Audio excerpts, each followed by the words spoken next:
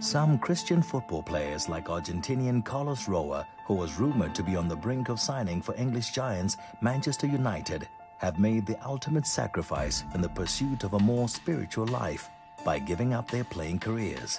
Others, however, feel that they can serve God while maintaining their chosen path.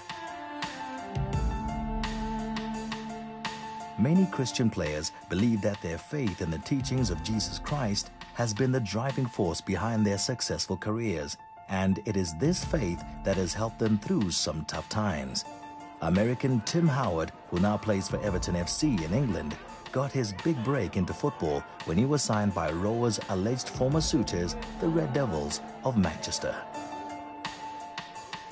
Playing at Manchester United was, for me, an incredible step on my journey professionally. And it allowed me to take a leap I otherwise wouldn't have made, you know, football-wise. You know, it was just an awesome time. I was a little bit young, you know, at the time, but in terms of my career, it's given me such a platform. It's allowed me even to come to Everton and do some really great things, and I'm so happy that I had the opportunity to be there. Although this was a great moment for him, Howard was dropped from the United side after only 45 appearances.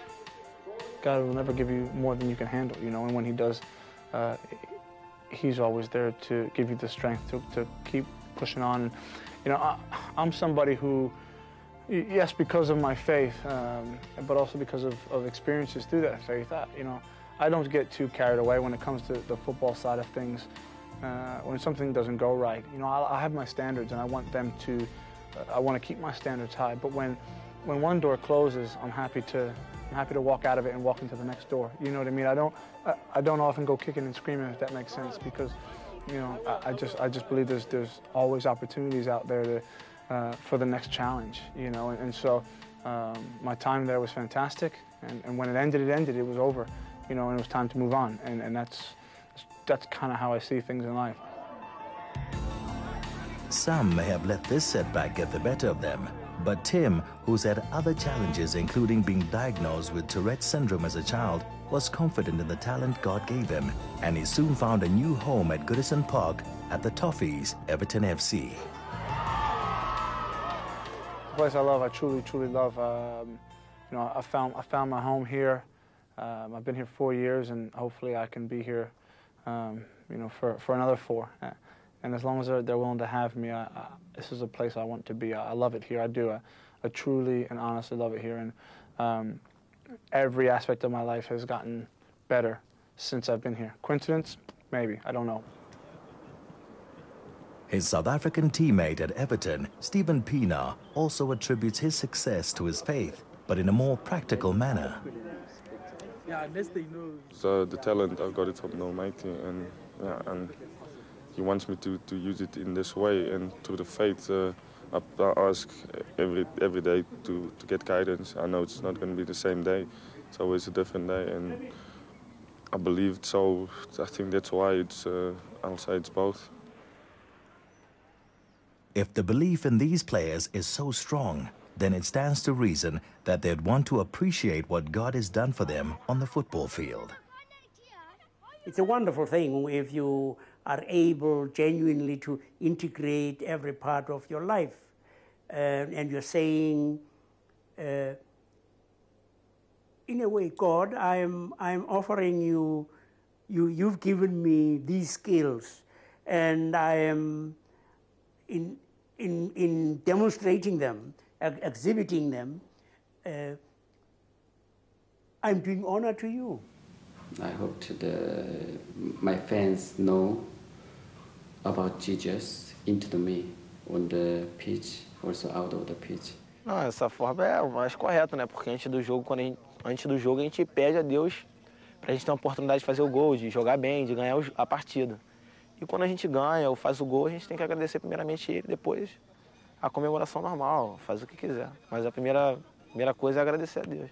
Pero yo creo de que eso creo que es bueno en el sentido, en la medida de que ellos puedan expresar de la manera que lo están expresando y con su vida puedan avalar eso, con su testimonio, que eso es lo muy importante, porque no olvidemos de que más allá de lo profesional que somos personas, pero también influenciamos muchísimo, miles y miles de millones de personas, sobre todo un jugador de fútbol, fíjate que lo está viendo, no solamente los que van a ver ese espectáculo, sino casi todo el mundo, y más cuando son más reconocidos.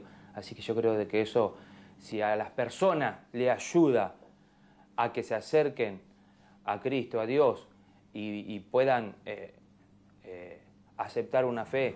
I think footballers may take it too seriously sometimes, making signs of the cross every time they go onto a pitch and praying after every goal. But yeah, I think that there's space in every human's life for religion and faith. It is this very expression that is causing ponderous waves amongst the players on the field who believe, and the administrators of the game who say that the football field is not the place to proclaim his message. FIFA's Law 4 states that basic compulsory equipment must not have any political, religious, or personal statements. The team of a player whose basic compulsory equipment has political, religious, or personal slogans or statements will be sanctioned by the competition organizer or by FIFA. And the sport's world governing body is imposing heavy fines on players, clubs, and nations that do not comply. But how does this impact on the Christian faithful?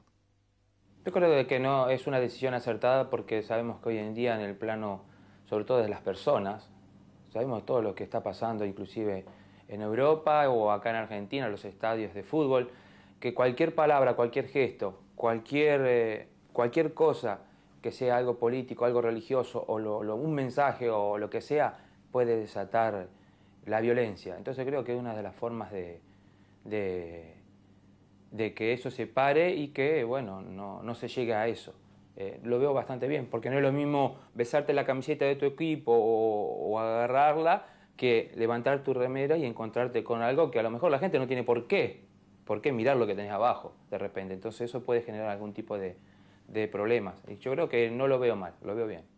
I think it's been the same struggle since the beginning of time, you know. Lawmakers will put those things in place, and if you feel called by the Lord to do those things, you probably will do them anyway. Religion and politics is a part of life. It has been since the beginning of time. So I don't see that changing too much. They might try and rein it in and reel it in a little bit and get more of a hold on it. But for the most part, I think it's, I think it, as long as it's not overtly offensive, I think it's an okay arena to do it on. Theologians too have different opinions on the subject. Lo que pasa es que Dios no le da plata a la FIFA.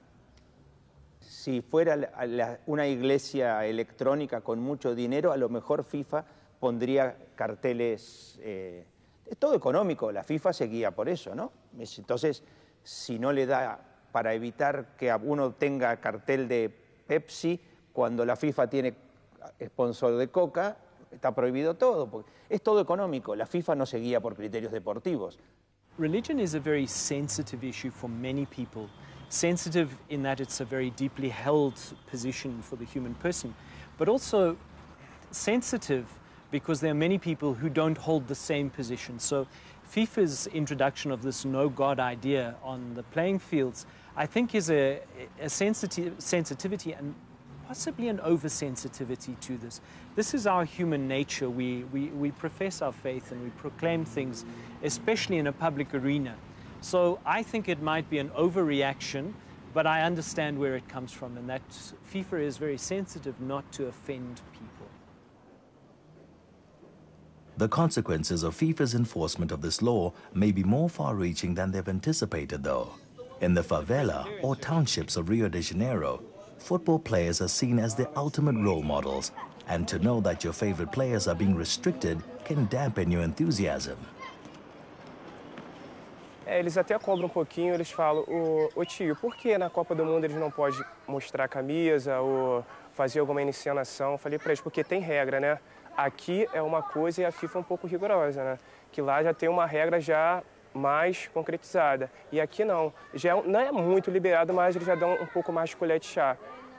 Porque lá eles têm que cumprir mesmo com a regra da FIFA. Rodrigo is a football coach at a small school called Parachi in one of Rio's many favelas, and believes that seeing a great player express his beliefs to the world is vital for the motivation of these children. Eles acham o Kaká brilhante, eles sabem que o Kaká é religioso, eles gostam também da religião do Kaká.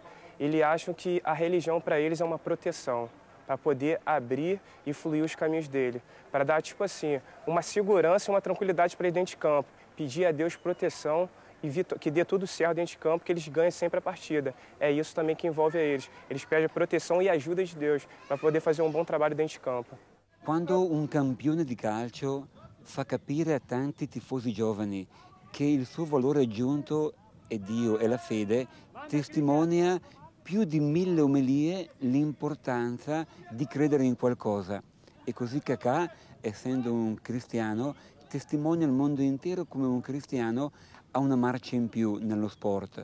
Ed è quindi bene che i giovani imparino anche da questi campioni ad avere una marcia in più, a cercare non soltanto l'esperienza, il gioco tecnico, ma il gioco di valore, il gioco di motivazione, di sacrificio, di squadra, di impegno con gli altri. In questo benvengano altri 1000 testimoni che propongono messaggi positivi in un mondo che non sempre li accetta. Is this enforcement a form of persecution? If so, then it is just one more obstacle, like so many others throughout history, placed in the way of the faithful. As with Job in the Bible, perhaps this is a test for Christian football players around the world, one they have to come to terms with and learn to either deal with for the sake of their careers, or like Carlos Roa, decide that their religion means more to them and take the spiritual path instead. Can Christian football players reconcile these two vital elements of their lives? All good things come through God, you know, I firmly believe that.